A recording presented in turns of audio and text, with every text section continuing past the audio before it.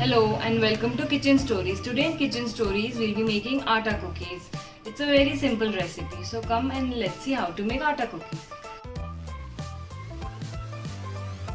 So to make atta cookies we'll be needing 200 grams of atta, 50 grams of maida, 100 grams of butter, 20 grams of oil, a few chopped cashew nuts to decorate the cookies later. Here I have taken sugar. One is brown sugar and one is normal white sugar. Both I have taken in powdered form. You can take white sugar only if you don't have brown sugar, and each of them are 50 grams. So totally you have to take 100 grams of sugar, and this is 1 teaspoon of baking powder. So first what I'll be doing is I'll be adding atta to this mixing bowl. Then I'll be adding butter to it.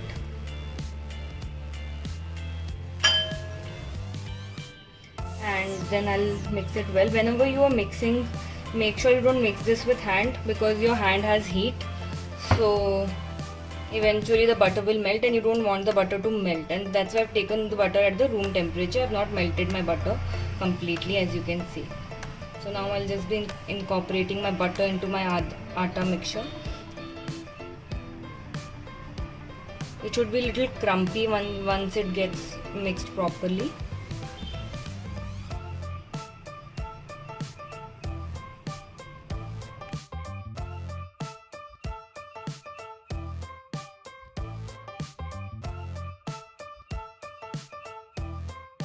Now I've mixed the atta and the butter really well. My batter is a little crumpy, as you can see.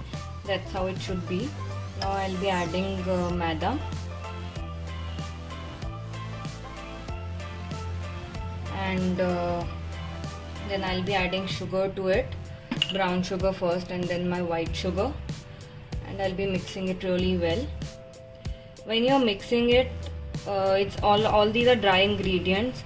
We have just put butter to bind it. So you'll have a little difficulty while mixing it, but keep mixing it slowly with your hand, and don't with your hand using a spatula. Don't directly mix it with your hand, otherwise it won't form well. So now you can see I'm incorporating all the ingredients really well into this.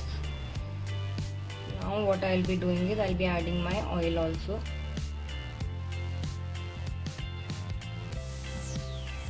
Now once I've added the oil, I'll again mix it really well.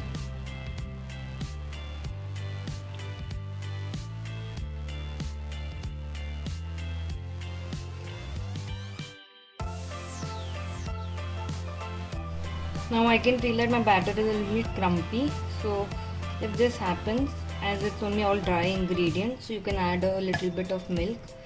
So here I'll be taking 2 to 3 spoons of milk to my batter. Just add it. This is a small teaspoon, so you can add even 4 spoons of it. Yeah.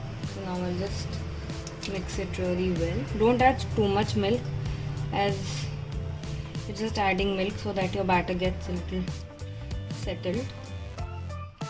And you have to just mix it well. Now you can see that my batter has become a little better, and now I'll be adding this 1 teaspoon of baking powder and a few drops of vanilla essence. So never directly add your essence, because if it falls completely then it can become bitter. So a little bit more. Yeah, that's it.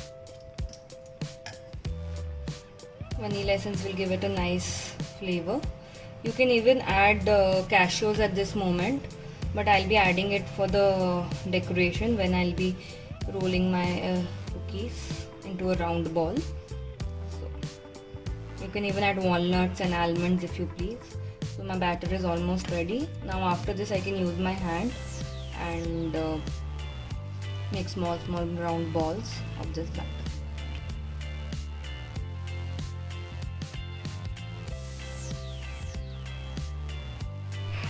So now you can see that I've started making these round balls So you have to just make it into like this and slightly press it with your hands. It will crack from the sides, but that's okay. And you have to put it in this baking tray. I've already greased my baking tray with butter, and you have to put it a little far away so that when it bakes, it don't stick into each other, because it will increase in size while baking.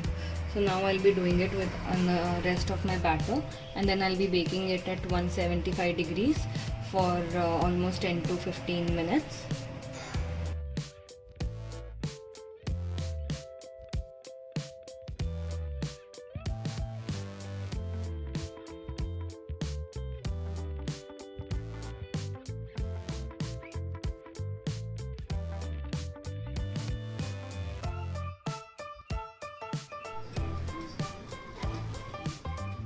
Now I'm just putting my cookies to bake. I'd already preheated my oven.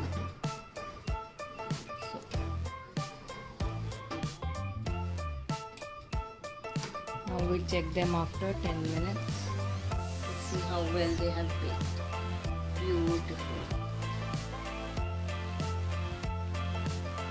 Now I've taken out my cookies from the oven after they have been baked. So you can see how nicely my cookies have been got baked. Nice brown golden color has come on them.